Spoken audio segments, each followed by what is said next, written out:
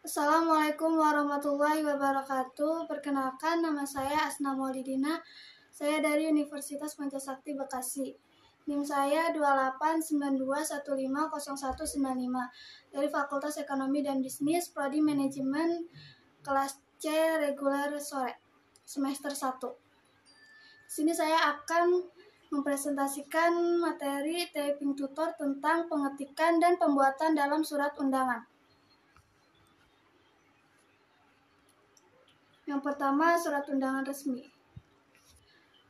Penjelasannya itu pemahaman menulis surat undangan resmi perlu dilakukan agar surat yang dibuat bisa sesuai dengan tata cara yang benar. Surat undangan merupakan salah satu surat yang memuat ajakan kepada seseorang atau kelompok untuk menghadiri suatu acara. Surat tersebut terdiri atas dua jenis, yakni surat resmi dan tidak resmi. Perbedaan pada keduanya terletak pada struktur dan fungsi yang berbeda. Nah, khusus untuk undangan yang resmi, hal tersebut memuat keperluan formal. Surat tersebut biasanya mengundang seseorang atau instansi untuk membahas hal yang bersifat penting, entah itu berupa rapat, seminar, dan lainnya. Sistematika penulisannya pun berbeda dari undangan pada umumnya yang bersifat tidak formal. Adapun struktur dan contohnya bisa kamu simak dalam uraian berikut ini. Bagian surat undangan resmi. Dalam pembuatannya, surat ini memiliki beberapa hal yang harus diperhatikan terkait struktur surat tersebut. Berikut adalah beberapa bagian penting dari surat undangan resmi yang baik dan benar. Yang pertama, kop surat. Kop surat merupakan identitas sebuah perusahaan atau instansi. Pembuatan kop surat bertujuan agar penerima surat mengetahui asal surat tersebut. Setiap undangan resmi memanglah memiliki kop agar bisa menggambarkan pengirim. Selain untuk undangan, kop surat resmi banyak ditemukan pada surat-surat dari instansi. Yang kedua, tanggal surat. Tanggal surat dibayar sebagai acuan waktu kepenulisan surat tersebut dibuat. Dan yang ketiga, nama dan pihak yang dituju. Bagian ini wajib dicantumkan secara jelas agar nama dan pihak yang dituju bisa mengetahui jelas tentang isi pengirim surat. Yang keempat, isi surat. Isi surat memuat ajakan kepada penerima untuk menghadiri acara atau kepentingan resmi tertentu. Yang kelima, waktu dan tempat. Selain tanggal surat, keterangan waktu dan tempat pun wajib dicantumkan sebagai acuan waktu acara yang akan diselenggarakan. Hal ini bertujuan agar penerima surat tidak kebingungan dan mengetahui waktu dan tempat pelaksanaan acara. Bagian surat undangan resmi yang selanjutnya yang keenam, lampiran atau agenda.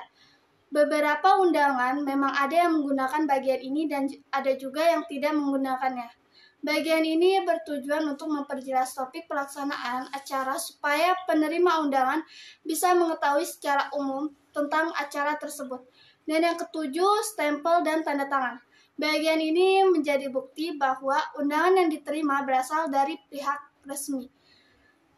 Gaya bahasa yang digunakan. Sama seperti surat dinas, biasanya penyampaian isi surat ini tidak terbelit-belit dan langsung to the point. Hal ini bertujuan untuk mempersingkat pembaca memahami maksud dan tujuan undangan tersebut.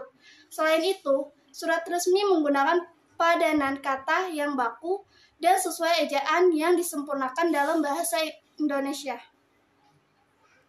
Contoh surat undangan resmi. Yang kedua, memo.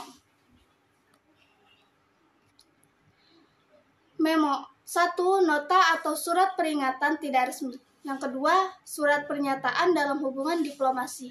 Yang ketiga, bentuk komunikasi yang berisi saran, arahan, atau penerangan, atau disebut juga memorandum.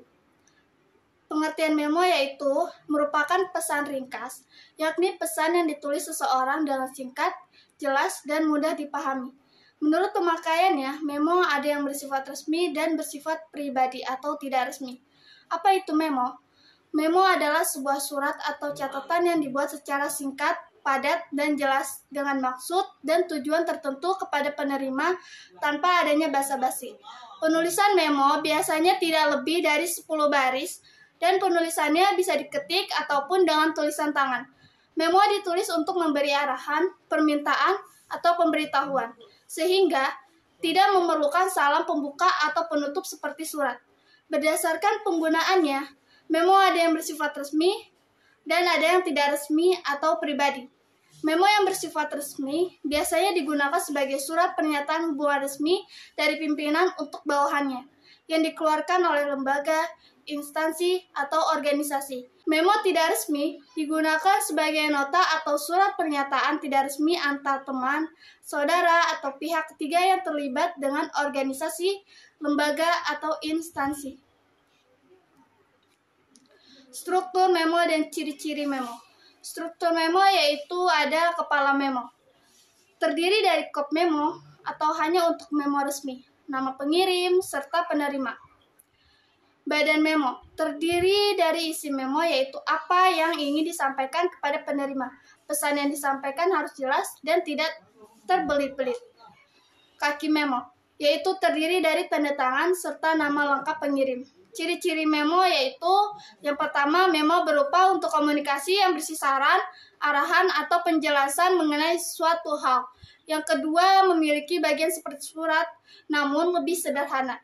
Yang ketiga, informasi yang dikirim jelas dan relevan. Yang keempat, biasanya tidak mencantumkan identitas kantor seperti nama kantor, nomor telepon, alamat kantor secara lengkap karena peredarannya yang terbatas. Yang kelima, memo dapat disampaikan secara horizontal atau pihak yang memiliki jabatan setara maupun vertikal, penyampaian dari atasan kepada bawahan atau sebaliknya. Memo memiliki dua jenis, yaitu memo resmi. Jenis memo ini sifatnya resmi dan biasanya dipakai sebagai surat pernyataan dalam hubungan resmi dari seorang pimpinan kepada bawahannya dalam sebuah perusahaan, lembaga, ataupun instansi. Memo tidak resmi atau memo pribadi. Jenis memo ini sifatnya pribadi yang biasanya digunakan sebagai nota atau surat pernyataan tidak resmi antar teman, saudara, atau orang terdekat. Fungsi memo dan cara membuat memo. Fungsi memo. Memo memiliki fungsi untuk mengingatkan, menegaskan tentang suatu hal maupun urusan. Adapun isi yang terdapat dari sebuah memo antara lain berupa permintaan, instruksi, pemberitahuan, saran, pesan, dan tugas-tugas tertentu. Cara membuat memo yaitu adapun langkah-langkah dalam membuat memo ada antara lain sebagai berikut. Saat hendak menulis memo, tulislah secara singkat dan padat, langsung mengenai hal-hal pokok yang ingin disampaikan. Yang kedua, menggunakan bahasa yang sesuai dengan siapa yang akan menerimanya.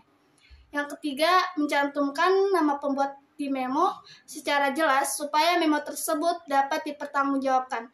Dan yang terakhir, jangan lupa cantumkan juga nama penerimanya supaya memo tersebut tidak salah sasaran. Siapa yang mengirim memo itu?